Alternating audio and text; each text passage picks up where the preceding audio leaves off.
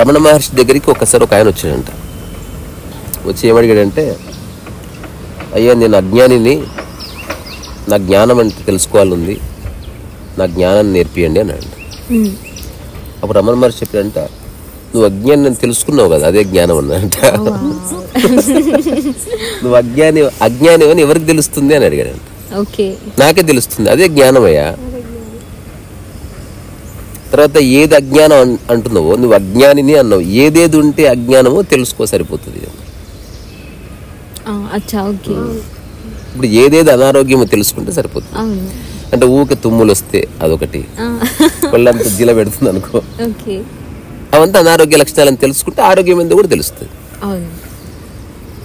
So మరి అజ్ఞానం అంటే ఏంది, దేన్ని అజ్ఞానం అంటారు అనేది ఒక చిన్న విచారణ. మీకు నచ్చిన స్టేట్మెంట్స్ ఇవ్వచ్చు. జ్ఞానం అంటే ఏంటి, జ్ఞానం అంటే ఏంటి, అది తెలుసుకోవడం జ్ఞానం అంతే. అంటే ఎగ్జాంపుల్, మన బురదలో కాలు పెట్టడం అజ్ఞానం, దానివల్ల నీ స్థితి దెబ్బతింటుంది, చెడిపోతుంది అని తెలుసుకోవడం జ్ఞానం. తెలుసుకున్న మరుక్షణం బురద ఎక్కడున్నా, ఇప్పుడు మనం అందరం ఎప్పుడన్నా బురదలో కాలు పెట్టామా, దట్స్ ద పాయింట్. అది తెలుసుకున్నావు, తెలుసుకున్న తర్వాత తెలిసినా నువ్వు మాటికి పడ్డావు అనుకో, అది సంసారం.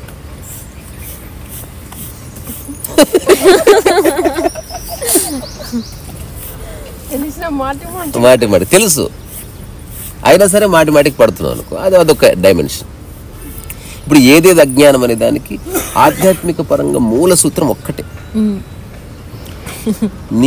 నీవు గాని దానితోటి నువ్వు సంబంధం పెట్టుకోవడం అజ్ఞానం. ఇప్పుడు ఏది నీవు కాదన్నది మళ్ళీ నెక్స్ట్ ఒక్కొక్కరికి సంవత్సరం పట్టొచ్చు, ఒకరికి 50 ఏళ్ళు పట్టొచ్చు. అది తీక్షణంగా చూడాలి నువ్వు విషయాన్ని. అంటే ఎగ్జాంపుల్, ఇప్పుడే వీళ్ళిద్దరు ఒక చిన్న మాట అన్నారు, అట్లా అజ్ఞానం పుడుతుంది లైఫ్లో, చిన్నప్పటి నుంచే పుడుతుంది. అప్పుడే మనం వాళ్ళని మేల్కొల్పితే అది వెళ్ళిపోతుంది. అంటే కాకుండా కొన్ని సంవత్సరాలు అలాగే ఉండటం వల్ల అది సత్యం అనిపిస్తుంది. ఈ కుక్క నాది అని ఆ పిల్ల అంటే, ఈ కుక్క నాదని ఈ పిల్లని కుక్కలు అడగలేదు. ఇప్పుడు నాది నీది పుట్టింది చూసినవా, అక్కడ అజ్ఞానం యొక్క పుట్టుక జరిగింది. ఫస్ట్ ఇట్లా ముక్కు దురద పెడుతుంది, అక్కడ అనారోగ్యం పుట్టుక స్టార్ట్ అయింది. ఇంకా తర్వాత తుమ్ము అవుతుంది, జలుబు అవుతుంది, న్యూమోనియా అవుతుంది, వాటెవర్. సో ఏదేది అజ్ఞానం అని నా భవిష్యత్తులో బుక్ రాద్దాం అనుకుంటుంది. అన్ని సింగిల్ స్టేట్మెంట్స్, అందులో చాలా ఎలాబొరేట్గా ఒక్కొక్క స్టేట్మెంటే ఖురాన్లో ఉండే ఆయతుల్లాగా. అంటే ఎలాబొరేషన్ ఏముండదు, నువ్వు చదవగానే తెలుస్తుంది. నీవు ఉంటున్న ఇల్లు నీదనుకోవడం అజ్ఞానం, నువ్వు కొన్నప్పటికీ నీదనుకోవడం మహా అజ్ఞానం. నువ్వు అందులో ఉంటున్నావు అంతే. ఇక్కడ ఏది నీది కాదు, ఆ తర్వాత నీ వెనక చెట్టు ఉంది ముడి కింద,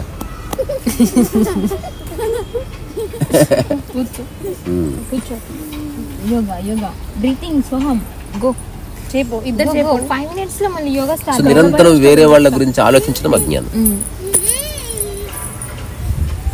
ఉన్నది అనుభవించకపోవడం అజ్ఞానం. నాది అనుకున్నది ఉపయోగించుకోకపోవడం అజ్ఞానం. నీది పోతే బాధపడడం అజ్ఞానం. వెతకడం జ్ఞానం. ఈ ప్రపంచంలో అందరూ టూర్లకు వెళ్తారు కదా,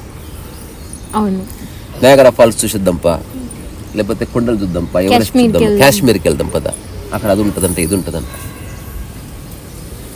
సో ఆ ఊర్లో ఒక అతను ఉన్నాడు, 80 ఏళ్ళు ఉంటాయి. అతను ఉన్న ప్రదేశం నుంచి ఇంత కూడా కదలలే ఈ 50-60 సంవత్సరాల్లో. ఎంతోమంది చెప్పారు, తాత నయాగరా ఫాల్స్ బాగుంటాయి చూద్దాందా, అక్కడ కొండలు బాగుంటాయి చూద్దాందా, ఇక్కడ గుట్టలు బాగుంటాయి చూద్దాందా, మీరు వెళ్ళండి. ఇదంతా గమనిస్తున్న ఒక యువకుడు ఆలోచించాడు, ఈ వ్యక్తి ఉన్న చోట ఎంత హాయిగా ఉంటున్నాడు, మనం ఎక్కడెక్కడో తిరుగుతున్నాం. అతను అడిగి తెలుసుకోవాలి, ఎందుకు అతను చూడాలని ఉండదా, మనకొక్కరికే ఉంది, అతనికి ఎందుకు క్యూరియాసిటీ లేదు, అతను డెడ్ బాడీ కాదు కదా. అప్పుడు అతను వచ్చి అడిగాడు మిగతా అందరితో కలిసి, ఊరు వాళ్ళతో. చిన్న ప్రశ్న వచ్చింది, అంటే కన్సిస్టెంట్గా మిమ్మల్ని చూస్తున్నాం కదా కొన్ని సంవత్సరాలుగా, మీరు ఉన్న చోటే చాలా బాగున్నారు, మరి మీకేం చూడాలనిపించదంటే మీకంటే ఎక్కువ ఉంటుంది నాకు చూడాలని. మరి చూడరా అంటే అది ఇప్పుడే కనిపిస్తుంది కదా అన్నాడు. మళ్ళీ ఎక్కడికో పోవడం ఎందుకు? మీరంతా ఒక జలపాతాన్ని పట్టుకున్నారు, ఒకరు కొండను పట్టుకున్నారు, ఒకరు గుట్టను పట్టుకున్నారు, ఒకడు పెద్ద దేవాలయాన్ని పట్టుకున్నాడు, ఒకడు ఫ్రెండ్ను పట్టుకున్నాడు, ఒకడు రెస్టారెంట్ని పట్టుకున్నాడు, నేను ఆకాశాన్ని పట్టుకున్నాను అన్నాడు. అయితే ఆకాశం ఎక్కడికి వెళ్ళినా ఎప్పుడే తద్వారా నేను పట్టుకున్నది శాశ్వతము అనంతము గనుక నేను ఎక్కడికి పోనవసరం లేదు. ఇప్పుడు మీరు పోవాలంటే నయాగరకు పోవాలంటే మీరు అనుకున్న చోటు నుంచి నయాగరకు పోవడానికి అట్లీస్ట్ ఒక 15 hours లేదా 15 days పడుతుంది. నాకు అనిపించిందా ఇట్లా చూస్తా ఎండ్ ఆఫ్ ద స్టోరీ. మీరు నయాగరను ఒక్కసారి చూసేస్తారు, నేను రోజుకు 100 సార్లు చూస్తా ఆకాశాన్ని. సో ఎప్పటికీ నీ నుంచి దూరంగా దాన్ని పట్టుకో, నీకు అత్యంత సమీపంలో ఉండి ఎప్పటికి ఉన్నదాన్ని పట్టుకో, మధ్య మధ్య నీ నుంచి జారిపోయేదాన్ని పట్టుకో. సో మధ్య మధ్యలో జారిపోతుందని తెలిసి కూడా అయితే వీళ్ళు నయాగారా చూద్దాం అనుకున్న వాళ్ళు వెళ్ళి నయాగారా దగ్గర ఉండొచ్చు కదా. ఉండలేరు. ఉండలేరా? అంత ఇష్టం. బట్టలు ఆరేస్తే ఆడతలేవు, మళ్ళీ స్టార్ట్ అవుతుంది లొల్లి. అక్కడికి పోగానే ఇల్లు గుర్తొస్తుంది, ఇంటికి రాగానే నయాగర గుర్తొస్తుంది. బంధువులు రా రా రా అంటారా, 3 రోజుల వీళ్ళు పోతలేరు అనిపిస్తుంది. అసలు జ్ఞాని ఎవ్వని రమ్మని చెప్పడు, ఎవ్వని పొమ్మని చెప్పడు. వాడు ఉంటున్నాడు అంతే, వచ్చేటోళ్ళు వస్తారు, పోయేటోళ్ళు పోతారు. మనుషులంతా వాడికి శ్వాసలాగా. ఇప్పుడు మౌని ఇన్హేల్ అయింది, ఈరోజు కాసేపట్లో ఎగ్జాల్ అవుతుంది. ఇప్పుడు నువ్వు కలిసి ఇన్ని రోజుల్లో నేను ఒక్కరన్నా పిలిచాను రమ్మని? పోని ఎవరన్నా పోతుంటే ఆపానా? నాకు ఎవరున్నా పోయినా నాకు వచ్చేది లేదు, పోయేది లేదు. ఒక్కటే కోరుకుంటా, వచ్చిన వాళ్ళు వాళ్ళ పనిలో వాళ్ళు ఉంటే చాలు. అటెన్షన్ ఇవ్వడం అన్నది మంచిది కాదు. ఇప్పుడు పిల్లలు ఉన్నారు, జస్ట్ వాళ్ళని వదిలేసి వాళ్ళని మనం జస్ట్ పరిరక్షించాలంతే, అక్కడితో అయిపోయింది. ఇప్పుడు పిల్లలు తెలియక పట్టుకుంటారు, ముళ్ళను పావును పట్టుకుంటారు, తద్వారా అది అజ్ఞానము కాదు, అమాయకత్వం. అది మాటి మాటికి తెలిసి కూడా అదే తప్పు చేస్తుంటాడు మనిషి. ఇప్పుడు ఫ్రెండ్తో ఫ్రెండ్షిప్ చేసిన క్లోజ్ ఫ్రెండ్ అనుకున్నావు, గొడవైంది. మళ్ళీ ఇంకో ఫ్రెండ్తో ఫ్రెండ్షిప్ చేసి మళ్ళీ క్లోజ్ ఫ్రెండ్ అనుకుంటున్నావు, రేపు ఎల్లుండో అట్లా 10వ కూడా మళ్ళీ ఫ్రెండ్తో ఫ్రెండ్షిప్ చేస్తున్నావు, మళ్ళీ ఇతనే నా క్లోజ్ ఫ్రెండ్ ఎప్పటి నుంచి అంటున్నావు, మళ్ళీ గొడవ అయితే తెలుసు నీకు.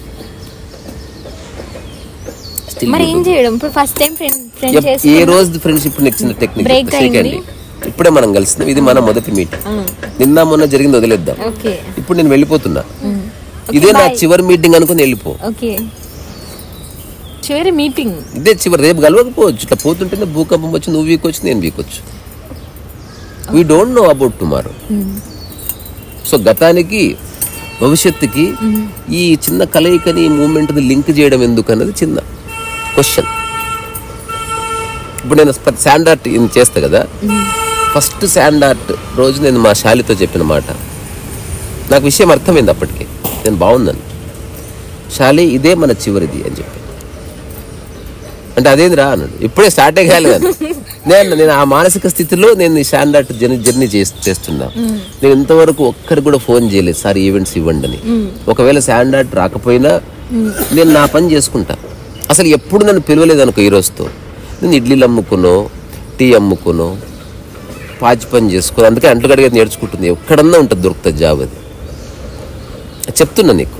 అంటే అంట్లే కడుగుతాను కాదు, ఒక ఇంట్లో ఉండి అంట్లు కడుగుతూ అంటు కడడానికి మధ్యన అద్భుతమైన పుస్తకాలు రాస్తా. నా బతికెళ్ళిపోతుంది. ఏదో నాకు ఇంత షెల్టర్ ఉండి ఇంత భోజనం ఉంటే చాలు. ఇప్పుడు ఇంట్లో ఎంత డబ్బు ఉన్నా లేకపోతే ఎంత పెద్ద బిల్డింగ్ ఉన్నా మనం మోసుకొని తిరగం, అది ఊరికి భావన అంతే. ఇప్పుడు ఇదంతా నువ్వు కొన్న తర్వాత పేపర్గా డాక్యుమెంటేషన్ వచ్చింది అనుకో, ఒక ఫీలింగ్ వస్తుంది నాదని.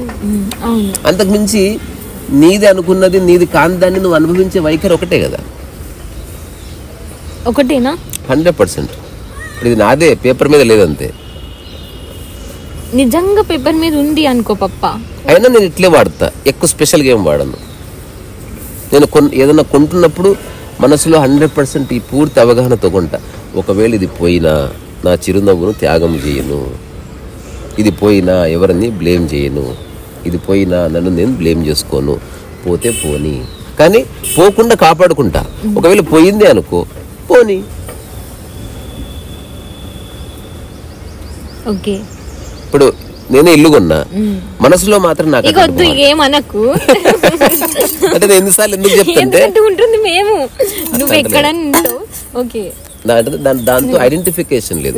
సో రమణ మహర్షి చెప్పిన సారం ఏంటంటే అసలు అజ్ఞానం అనే దానికి పుట్టుకి ఎక్కడంటే నీది కాని దాన్ని నీది అనుకోవడం. ఇక్కడ నీదంటూ ఏది లేదని తెలుసుకోవడం జ్ఞానము. ఇది ఇది నాది అన్నది పూర్తి ఉంటది ఏదన్నా, నాది అన్నది పూర్తిగా ఏది అట్లా కాదు. ఉన్నవన్నీ నావి అన్న కాంటెక్స్ట్ ఇక్కడ ఉందా? కొన్ని నావి అని అన్నామంటే కొన్ని అని, చాలా కొన్ని నావి, మిగతా అన్ని ఎవరివో. ఇప్పుడు ఈ కారు నాది అంటే ఏం చెప్తున్నా? అన్ని నీవైనప్పుడు అసలు అన్ని నావని చెప్పవు నువ్వు. ఉన్నదంతా నీదే అయినప్పుడు అసలు చెప్పడానికి ఏముండదు. ఇప్పుడు ఎగ్జాంపుల్ ఈ ఊర్లో ఉన్న కార్లన్నీ నీవే అనుకో, నువ్వు ఎవరికి చెప్పవు ఇది నాదని. నీది కానిది ఉంటేనే నీదన్నది ఉన్నది. ఆలోచించు, ఎప్పుడన్నా చెప్పావా ఈ చెయ్యి నాదని ఎవరికన్నా? నీ చెయ్యి ఎందుకు చెప్పలేదు? నీదైనది నువ్వు ఎవరికి చెప్పవు. ఇది మధ్యలో వచ్చి మధ్యలో పోలే. అదే ఉంగరం చెప్తావు నాదని, ఆ ఉంగరం ఉన్న వేలు గురించి చెప్పవు నాదని. చూడు ఎంత ద్రోహం అది. అంటే దేనికి ఉంగరం పెడుతున్నావు దాని గురించి ఏ వ్యాఖ్య చేస్తలేవు. అంత పనికిరాని ఉంగరానికి మరి ఇది నాది నీది అంటున్నావు. సో సొంతం చేసుకుంటే మొత్తాన్ని మానసికంగా సొంతం చేసుకో. అంత నాది అంటే డాక్యుమెంట్లో కాదు, అంత నాదే కనుక ఎక్కడ పడుకున్నా మా ఇంట్లో పడుకున్నట్టే. లేదా ఏది నాది కాదనుకో, ఏది నాది కాదు అనుకోవడం కన్నా అంతా నాది అనుకో. ఈ రెండు ఆధ్యాత్మిక మార్గాలు, అంటే రెండు మార్గాలు మన ఇష్టం, అంటే మనిషి ఛాయిస్ అది. ఏదైనా సంపూర్ణంగా తీసుకో, లేదా వద్దంటే ఏది వద్దు. కానీ రెండింటిలోనూ హార్ష్నెస్ లేదు. అంటే ఇది చాలా ముఖ్యం. చాలా మంది ఏం చేస్తారు, ఇక నాకు అవసరం లేదని కోపంగా చెప్తారు. అలా కోపంగా చెప్పేవాడికి ఇష్టం ఉందని అర్థం అంతర్గతం. ఇక మీద నేను నీతో మాట్లాడను అని ఎవడన్నా కోపంగా అరిచి చెప్తున్నాడు అనుకో, వాడికి యాక్చువల్లీ ఇంట్రెస్ట్ ఉంది. చెప్పవలసిన అవసరం లేదు, నోరు మూసుకుంటే అయిపోతుంది. ఇంకా నెక్స్ట్ 2 ఏళ్ళు లేదా 3 ఏళ్ళు మాట్లాడకు. వాడు వచ్చి నాగిండి చేసినా మాట్లాడకు. సో రమణ మహర్షి చెప్పింది అక్షర సత్యం. ఇది ఎవరికి వాళ్ళు అర్థం చేసుకోవాల్సిందే. ఇది మనం వేరే వాళ్ళకి బలవంతంగా చెప్పలేం. వేరేవాడు ఉదాహరణ నేనే చెప్తున్న మాట వరుసకి, ఇల్లు నాదే కొన్నప్పటికీ నేను నాది అని అనుకోవడం లేదు, దాంతో తాదాత్మ్యత నాకు లేదని. ఇది అబద్ధం కూడా అయిండొచ్చు. నేను చెప్పిన సత్యమని అనుకోవడానికి రైట్ లేదు. అది నాకు తెలుస్తుంది, నేను ఎంతవరకు అది క్లియర్గా ఉన్నా నాకు నా లోపల. నిజంగా ఎప్పుడు తెలుస్తుంది నిజమని? నిజంగా ఇల్లు పోయిన రోజు అప్పుడు తెలుస్తుంది నిజమా కాదు. ఒకవేళ పోతే ఐ విల్ బి నార్మల్, ఏదో నా పని నేను చేసుకుంటూ మళ్ళీ దాని గురించి ఆలోచిస్తాం అంతే. దాని పోలీస్ కేసా వాట్ ఎవర్, అంత తప్ప ఆందోళన చెందడము. ఇప్పుడు చాలాసార్లు నేను గమనించింది, ఒకవేళ ఆందోళన అయితే నాకు మనుషుల వల్ల అవుతుంది అంతే. అంటే ఎక్స్ప్లెయిన్ చేస్తున్నప్పుడు చిన్న మిస్అండర్స్టాండింగ్ వల్లనో ఒక 2-3 నిమిషాలు అలజడి ఉండొచ్చు, బట్ అంతర్గతంగా ఏముండదు. సో అజ్ఞానం అంటే ఏంటంటే నీది కాని దాన్ని నీది అనుకోవడం. ఇంకా చెప్పనా, నీది అనుకున్న దాన్ని చూసి మురిసిపోవడం కూడా. అది పోతే చాలా. మురిసిపోవడానికి ఆపోజిటే కోపం ఉంది, ఏ బాధ ఉంది కదా, ఉడికి ఉపయోగించుకోవడం అంతే. అది దీన్ని జనాలు ఏమంటారు, అంత మెకానికల్ నేను బతకలేదబ్బా అంటారు. ఇది మెకానికల్గా కాదు, అట్లా అనిపిస్తుంది నీకు సూపర్ఫిషియల్. ఒక వ్యక్తి పాట పెట్టగానే డ్యాన్స్ చేయలేదు అనుకో, అతను ఆనందంగా లేనట్టు కాదు, అతను ఒక సమస్థితిలో ఉన్నాడేమో. పాట పెట్టకముందు, పాట వింటున్నప్పుడు, పాట విన్న తర్వాత అట్లా హాయిగా ఉంటున్నాడు.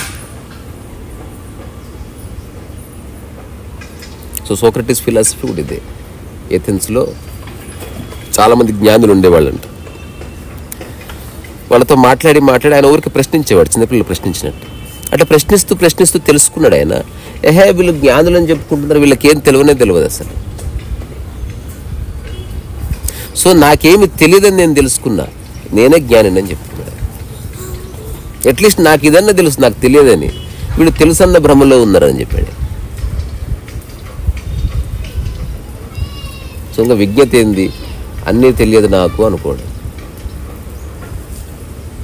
మనకు అంతర్గతంగా దేని గురించి స్పష్టత లేదో అది చెప్పకూడదు. చెప్తున్నది ఆచరించుతున్నది అయితే చెప్తే ఇంకా బాగుంటుంది. సరే ఊరికి ఇప్పుడు ఉదాహరణకి ఇప్పుడు వంట చేయని వాడు అట్ల నూరు ఇట్ల నూరు తరుగు అని చెప్పిండు అనుకో, అందులో బలం ఉండదు. వచ్చిన వాడు చెప్తే అందులో ఒక రకమైన ఒక స్ట్రక్చర్ ఉంటుంది. ఎందుకంటే వాడు చేశాడు కాబట్టి తేలిగ్గా అలా కాదమ్మా ఇలా అని చెప్తారు.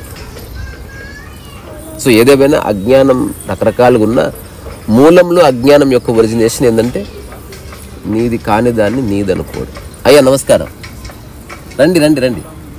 నీది కాని దాన్ని నీదనుకోవడం అని. వీళ్ళకి ఇంకా అది రాలేదు, అందుకని హ్యాపీగా ఉన్నారు. వీళ్ళ ఆటకు కారణం ఏంటంటే నాదంటూ ఏది లేదు. వాళ్ళు ఎప్పుడైనా ఏడ్చారనుకో, కారణం నాదనుకున్నది ఏదో ఇబ్బంది పోయింది వాళ్ళది. బొమ్మనో ఒక చాక్లెట్ నాదనుకున్నది ఏడిపిస్తుంది. ఏది నాది కాకపోతే ఎప్పుడు హ్యాపీగా ఉండొచ్చు. సరస్సు వయసా.